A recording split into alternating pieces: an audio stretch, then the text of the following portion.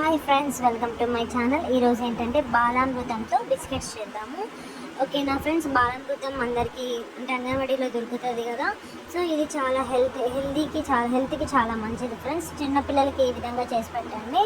చూడండి, నేనైతే ఇక్కడ బాలామృతం పిండిని తీసుకున్నాను. ఓకేనా, ఈ కప్తో నేను 2 కప్స్ తీసుకున్నాను ఫ్రెండ్స్.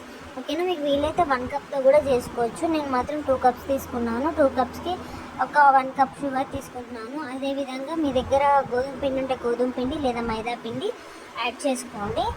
అంతలోపు మనం చక్కెరని మిక్సీ పెట్టుకున్న తర్వాత ఇందులోకి నేను పిండి అనేది వేసుకుంటున్నాను ఫ్రెండ్స్, ఈ గిన్నెలోకి.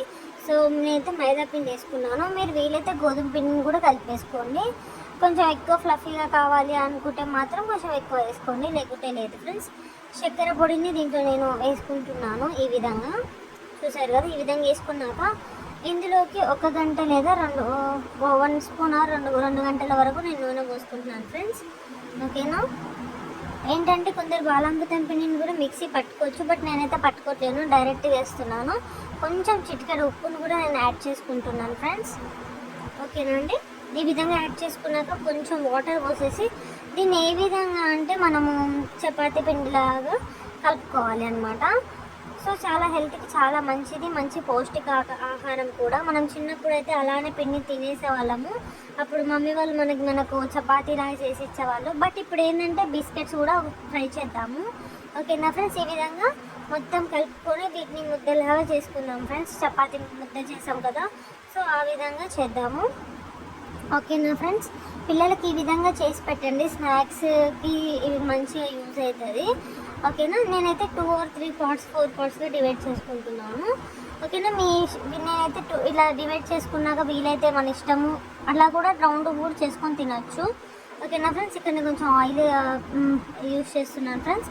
చూసారు కదా, మీ ఇష్టం వచ్చిన షేప్స్లో కట్ చేసుకొని కొంచెం ఆయిల్ హీట్ అయిన తర్వాత వాటిని వేసేయడమే. చూసారు కదా, కొంచెం మందంగా వేసుకోండి, మంచిది. సో ఈ విధంగా ఉండాలన్నమాట. థిక్నెస్ అనేది ఈ విధంగా ఉండడం వల్ల మంచిగా బిస్కెట్స్ అనేవి మంచిగా వస్తాయి ఫ్రెండ్స్. ఓకేనా, ఒకసారి ట్రై చేసి చూడండి. పిల్లలకి స్నాక్స్ టైంలో, ఈవినింగ్ టైంలో, ఈవెన్ స్కూల్కి వెళ్ళి వచ్చినాక తినడానికి ఇవ్వడం చాలా యూజ్ అవుతుంది అనమాట. బయట కొనే బిస్కెట్స్ కన్నా కూడా మనం కూడా ఈ విధంగా ఇంట్లో ట్రై చేయండి ఫ్రెండ్స్ ఒకసారి. ఓకేనా, చూసారు కదా, మనకు క్రిస్పీగా కావాలంటే కొంచెం ఎక్కువసేపు మీరు ఫ్రై చేసుకోండి. లేదు నార్మల్గా కావాలంటే ఈ విధంగా గోల్డెన్ బ్రౌన్ కలర్ వచ్చిన తర్వాత వీటిని తీసేయండి ఫ్రెండ్స్. ఆయిల్ అనేది పోవడానికి మీ దగ్గర టిష్యూ పేపర్ ఉంటే యూజ్ చేయండి. నేనైతే ఏ పేపర్ యూజ్ చేస్తలేను. చూసారు కదా, ఈ విధంగా వచ్చాయి ఫ్రెండ్స్ నాకైతే బిస్కెట్స్.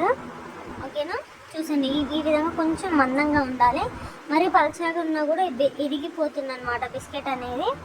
ఓకేనా ఫ్రెండ్స్, ఒకసారి మీరు కూడా ట్రై చేయండి. పిల్లలు స్కూల్కి వెళ్ళాక ఈ విధంగా ట్రై చేసి మనం ఒక బాక్స్లో స్టోరేజ్ చేసి పెట్టుకోవచ్చు. ఓకేనా, ఒక 1 వీక్ లోపు యూజ్ చేయొచ్చు ఫ్రెండ్స్. 1 వీక్ తర్వాత అంటే వద్దు. ఓకేనా, పిల్లలకి ఈ విధంగా స్నాక్స్ ఇవ్వడం కోసం మీరు ఈ విధంగా బిస్కెట్స్ని ఇంట్లోనే ఎంతో ఈజీగా బాలామృతం పిండి మనకు స్కూల్లో ఫ్రీగానే దొరుకుతుంది. సో ఈ విధంగా ఇచ్చినప్పుడు వీటిని మనం బిస్కెట్స్ లాగా కూడా చేయొచ్చు. నెక్స్ట్ దీంతోపాటు బాలామృతంతో కేక్ కూడా ఎలా చేసుకోవాలో నెక్స్ట్ వీడియోలో మీకు అప్లోడ్ చేస్తాను ఫ్రెండ్స్. ఓకేనా, చూసారు కదా, ఈ విధంగా మంచిగా వేగిన తర్వాత మనం పక్కా తీసి పెట్టేసుకోవడమే, అంతే ఫ్రెండ్స్. మీకు ఇంకా ఏమైనా రెసిపీస్ కావాలంటే కామెంట్ చేయండి.